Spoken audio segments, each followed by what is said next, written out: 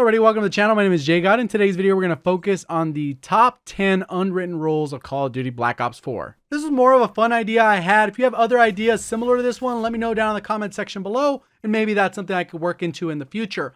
All the comments that you're going to see in this video are directly from subscribers. I pulled them directly from a post I made on my community tab, so if you'd like to be featured in one of these videos in the future, definitely make sure you comment on one of those posts. I was able to feature 22 different subscribers within this video. I hope you enjoy the video. If you do, please remember to hit that like button. If you are brand new to the channel and would like to improve at Call of Duty, make sure you do subscribe with notifications on so you can find your way back to the channel. So starting off with number 10 on the top 10 list of unwritten rules of Call of Duty Black Ops 4 is that no matter your feed, a teammate will let an enemy shoot you in the back. So thank you to Goon Squad X27 for submitting that one about a week ago. This one is actually pretty funny because more often than not, this is the case. You end up killing a bunch of different people. The teammates force the spawns to flip or whatever the case is. Some guy snuck around. Literally a teammate is watching your flank and they allow you to get shot in the back. The guy just comes right up on you. You don't hear him. You're trusting your teammate for whatever reason. You kill 4 players and the 5th kills you. It just happens. Let me know if you guys agree or relate with any of these as I go through them. So I'm sure as we go up the numbers, there's going to be more and more of them that you guys actually relate to. So moving on to number 9 is please don't kill someone one off of their bloodthirsty. And this one has a lot to do with that dark matter camo grind because a lot of those challenges require you to actually get bloodthirsties, especially when you get to certain weapons. It can be incredibly difficult. So right here, Curtis Roberts sent that one in about a week ago as well. And to be honest, my personal frustration with bloodthirsties came when I actually had to use the Outlaw. That was the only weapon in the entire game that I actually struggled to get bloodthirsties with. Most of the other ones are pretty straightforward, regardless if I was using a sniper, a knife, a pistol. Pretty much all those are pretty straightforward. But when it comes to the Outlaw, it gives you so many hit markers. The only really way to do it is maybe hardcore and get lucky, whatever the case is. But I don't know what your guys' personal preferences are, but that's the weapon that gave me the most struggle. Moving on to number 8 on the list is if you have dark matter, you have my respect. We have another subscriber who sent that one in. It says dark matter equals respect. So right there, I think this is pretty true. I think you have to grind through a lot of weapons that just aren't good. And not only that, you have to grind through the weapons that are especially bad that pretty much no one uses in the game unless they're going for dark matter. And that's like the RK7. You don't really ever see that in regular games unless people are actually trying to get challenges. You don't see a lot of launchers unless people are just shooting stuff out of the sky. At a random, they just run down their class. But for the most part, you're not seeing that stuff in the game unless people are trying to complete challenges. I know I don't really use the RK7. Haven't really touched it since I got it gold. I don't really touch the Strife pistol other than to maybe do a challenge video or something like that. And I've never really been one that did the camo grind. Usually I'd only do one category of weapons. Like in Black Ops 2, I only did the rifles. And then most of the Call of Duties after that, I pretty much only did the rifles. I didn't really play around too much with LMGs or snipers or any of the other stuff. Until it came to World War II, I decided to do a little different. Obviously, I'm doing YouTube this time around, and I didn't do YouTube before World War II, really.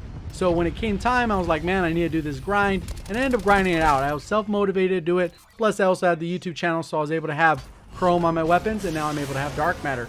So I don't know where you guys sit on that, but I definitely feel like it helps you become a better player. So number 7 on the list is always avoid 6-man parties with all master procedures. And we actually have 2 comments supporting this one, an Austin Johnson and a PaulyD466. And I think that's just something you got to be aware of because a lot of times there are 6-man parties, especially in TDM or something like that, which I have no clue why you'd ever run a 6-man party in TDM unless like you were doing a specific challenge like shutting out the enemy team or one person getting all the kills.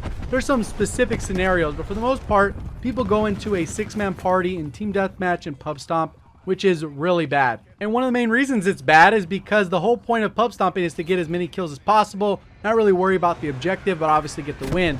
At the end of the day, if you're going into a 6-man party, you're not going to get a lot of kills, so there's not really much pub stomping to go around. Maybe only one person gets all the kills and everybody else gets left behind. And for the most part, if you're playing solo or even with one person, you don't really want to go up against another 6-man party because the 4 teammates you get or 5 teammates will be absolutely horrible.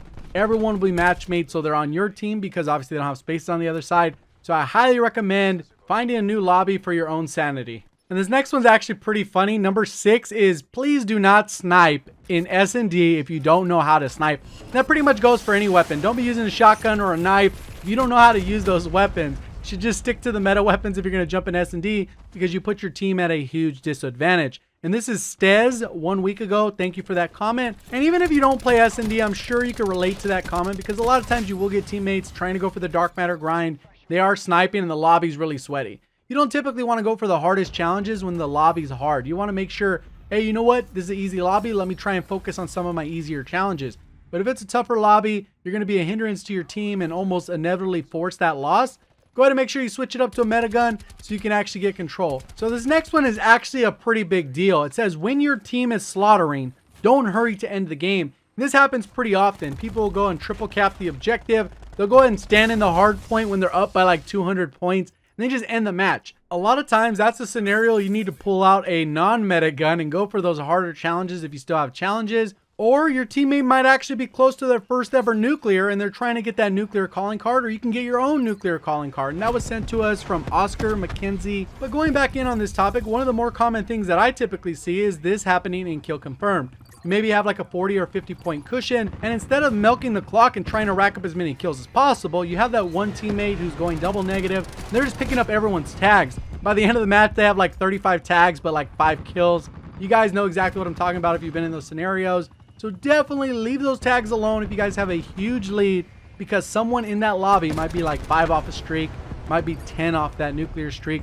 It all depends, but maybe it'll never happen because someone's out there grabbing all the tags. And this next one is very funny and very true. If I hear you raging, I will anti you to rage out of the match or off of the game. And the comment we have for you is DopeBoss787 Yeet. So thank you for that one. And this one actually happens a lot more than you'd expect. So if you are raging on the mic, be aware that if somebody is hearing it on the other side, they're probably going to go out of their way to shut you down. And they might pull out something really annoying, whether it's an oppressor Titan operator mod, whether it's a fire shotgun, whether it's just a launcher and try and hit you with it, Spitfire, whatever it is. They're going to go out of their way. The little flashlight on the shotgun, it gets pretty bad. So if you're raging, people will hear that and they're going to go out of their way to make you mad. Personally, I don't run into this too often because I have my mic muted and I have all audio mic muted when I play. So it doesn't really end up being an issue. This is actually one of the ones I'd really like to know down in the comment section below. How many of you guys actually do this? How many of you go into a lobby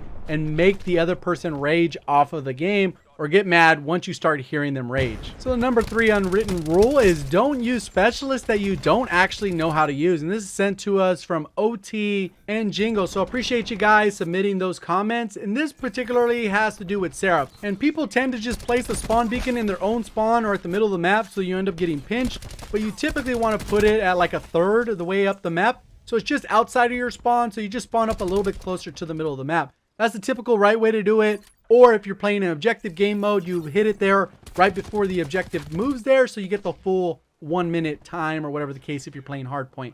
So it really depends, but there's a lot of other specialists people use wrong, whether it's the barricade, barbed wire, whether it's crash, not healing properly. There are just plenty that I think people have no clue what they're doing. So number 2 on the list is have some kill etiquette. And this is sent to us from Smash Therapy Gaming, Big Brats, Chloe JMK, Griffin N, Thanks Scumbag, and Awesome Gamer 1738. And basically what that kill etiquette is, it has to do a lot with not stealing kills when you're playing Blackout. Don't loot the enemy player before reviving your teammate. Don't triple cap when your entire team has map control and flip the spawn. So there's a lot of that actually happens. I see it happen on a regular basis. So these are just etiquette things. If your team is doing well, please don't be that guy that goes out of their way to ruin it, because there's always that one guy. I don't know why there's that one guy. They just don't get it. They don't understand how the etiquette works. There's also that thing in Blackout where someone goes for the thirst instead of finishing off the second player and working out with their team. A lot of times it leads to their team getting killed because they focus their attention on somebody who's already down and can't do anything to them instead of the guy who is literally shooting bullets